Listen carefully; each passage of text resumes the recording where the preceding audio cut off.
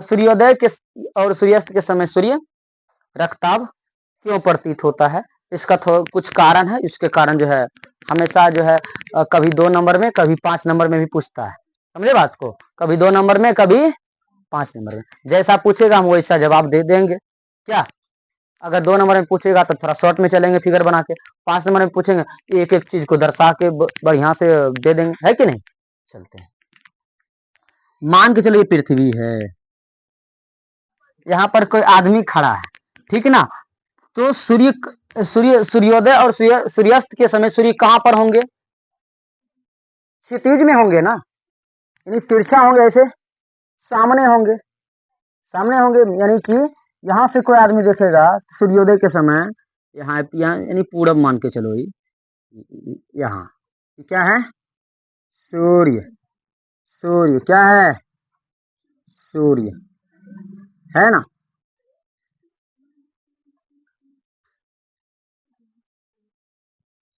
चलो उसके बाद जो है यहाँ है, उसके बाद दोपहर के समय में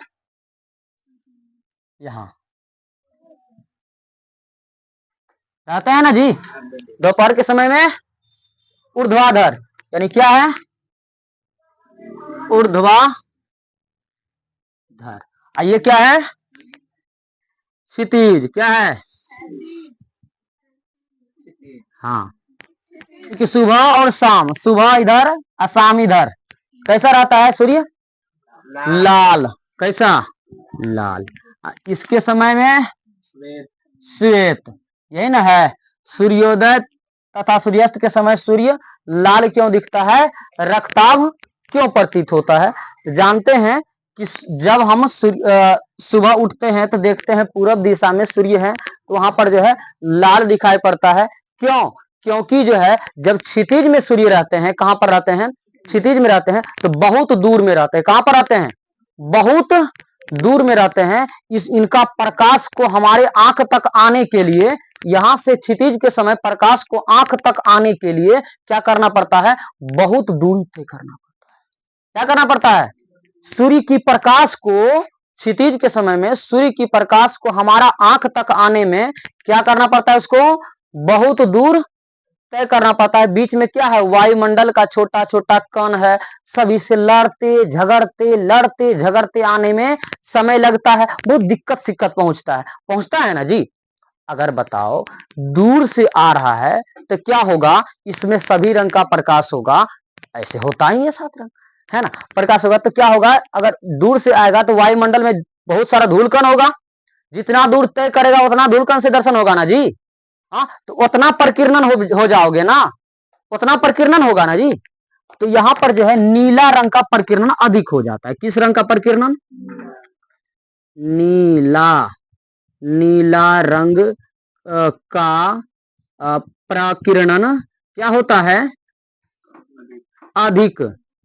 प्रकीर्णन अधिक हो जाता है। यानी कि जब सूर्य जो है सूर्य क्षितिज में होते हैं तो वो हमारे आंख तक पहुंचने में उनका प्रकाश को बहुत अधिक दूरी तय करना पड़ता है। अब बीच में वायुमंडल का छोटा छोटा जितना भी कण है, सभी इससे जो है टकराते हुए हमारे आंखों तक पहुंचती है प्रकाश। तो क्या होता है? इसमें नीला रंग जो होता है ना, तो नीला रंग क्या होता है? इसका प्रकीर्णन अधिक हो जाता है। ये नीला रंग जो है बहुत ज्यादा मात्रा में फैल जाता है। तो बचता कौन है? अगर ये नीला रंग फैलता है और सभी रंग फैलता है तो लाल रंग तो नहीं ना फैलता है, बहुत ही कम फैलता है, ना के बराबर फैलता है। तो दिखाई कौन पड़ेगा? हमें लाल रंग ही दिखाई पड़ेगा ना जी। लाल रंग ही दिखाई पड़ेगा ना। तो केवल कौन रंग दिखाई पड़ेगा? लाल रंग दिखाई पड़ेगा। कहा कि सब रंग तो छिड़िया गया है रे, इतना दूर चल के आया है, तो इतना दूर चल के आया है तो सब रंग जो है, सब रंग का प्रकीर्णन हो गया है, नीला रंग का ढेर प्रकीर्णन हो गया है। तो कौन चीज लौकेगा हमको? लाल ही ना लौकेगा। इसीलिए जो है सुबह के समय में सूर्य यानी सूर्योदय के समय में सूर्य कैसा दिखता है?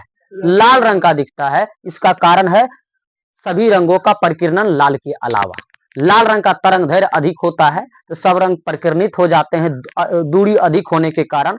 इसीलिए हमको जो है ये सूर्योदय के समय में या सूर्यास्त के समय में सूर्य लाल रंग का दिखाई पड़ता है। अब आते हैं दोपहर के समय में सूर्य जो है कहां पर? दोपहर के समय में सूर्य कैसा दिखता है? श्वेत। क्यों? क्योंकि दोपहर के समय में यानी ऊर्ध्वाधर में जो है ठीक हमारा सूर्य कहां होता है? हमारे कपार पर। कपार पर नहीं, कपार के सीधा में, है ना, सीधा होते हैं। तो सीधा होते हैं तो देखो बाबू, यहां अगर सूर्य थे तो ढेर दूर तय करना पड़ता था ना।